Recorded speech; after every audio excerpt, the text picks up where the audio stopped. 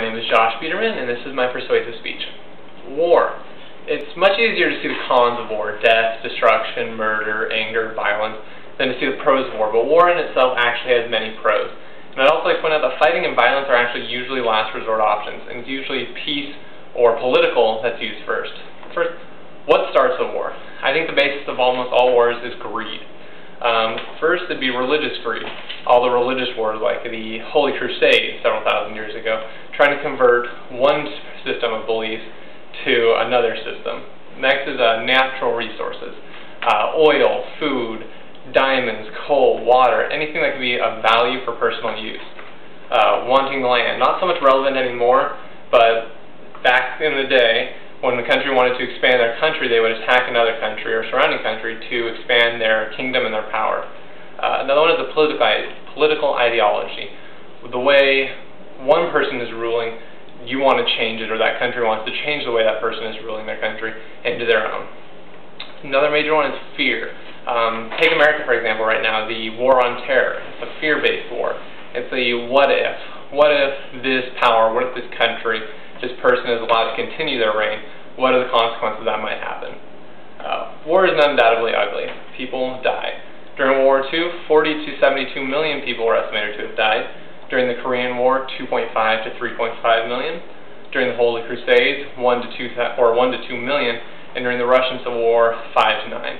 If you take the high estimates, it's over 80 million people passed away during these wars. And that's not including all the individuals whose lives were forever changed because their family and friends had died, or the damage that happened to them during the war. Destruction of land and property. During World War II, hundreds of billions of dollars were destroyed. And land in itself, Hiroshima and Nagasaki. The only two locations on Earth where nuclear weapons have been dropped for the purpose of destruction or hurting another person. We are still cleaning up the nuclear waste at Hiroshima and Nagasaki. Those are the bad things about war, yes. People die, land is destroyed, it is very dark. But there are many benefits of war that are, like I said, harder to see. Economic stimulus. Take America, for example, during World War II.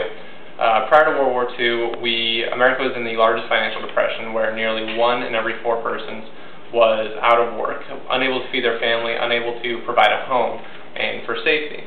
As soon as we entered World War II, it caused an economic boom of jobs.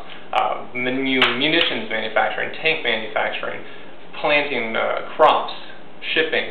All these jobs provided money for people to feed their family and protect themselves with a house.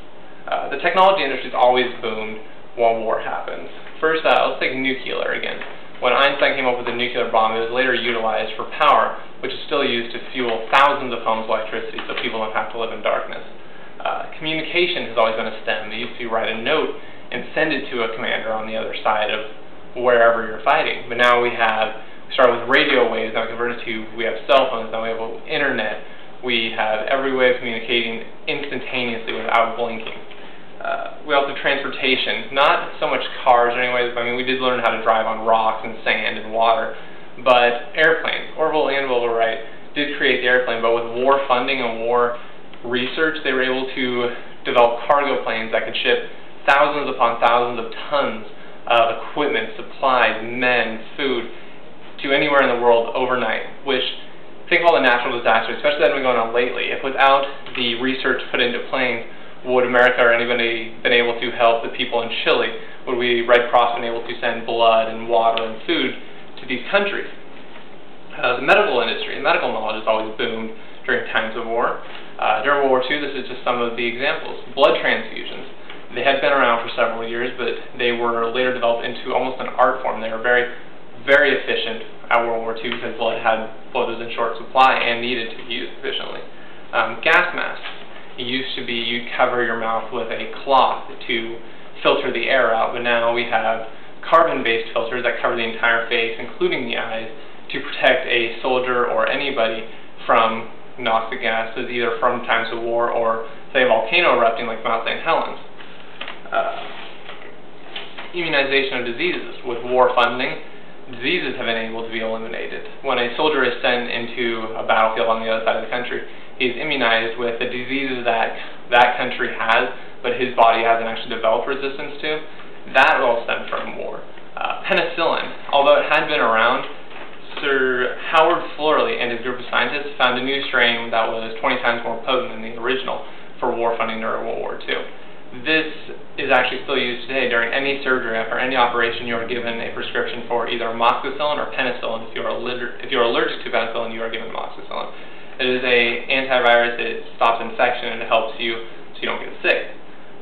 Archibald McNindo and skin grafts. He developed skin graft with a team of scientists during time of war for burn victims from explosions or car crashes. It's where you take a layer of skin and place it over the wound, and it helps grow back and grow into new skin. At the same time, they were given penicillin or amoxicillin. Sir Neil Fairley found using Australian soldiers as volunteers, he found how to keep malaria away with a single tablet a day, which is one of the #1 killers and transmitted by mosquitoes. He found a way to protect his soldiers. So think how many people have been saved or helped with nuclear energy or communication and cell phones or transportation, blood transfusions, gas masks, penicillin, skin grafts.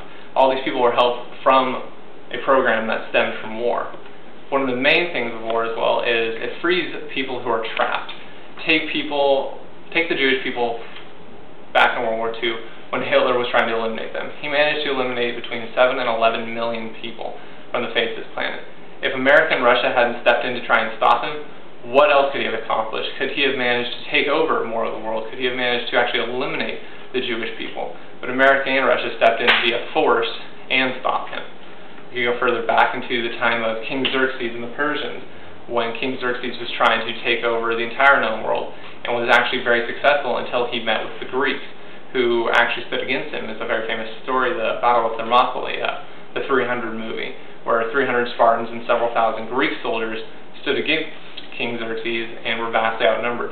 They did lose this war, but it had a ripple effect, causing the entire Greek army to attack and defeat King Xerxes and stop his rule. They managed to free these nations from his tyranny. I think we all do forget, though, that not all wars are violent. I mean, they are, but take Martin Luther King Jr. He actually waged a war on racism with peace rallies.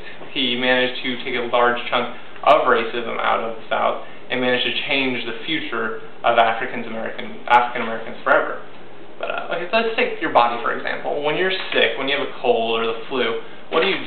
You go to the doctor and they prescribe you penicillin, or they give you some injection that wages a war inside your body. It kills the negative influence. It kills whatever is harming you, and in the end, you feel much better. That's kind of how war works. It's just a smaller scale war. The benefits of war are just hard to receive, but that's because I think we take advantage of them.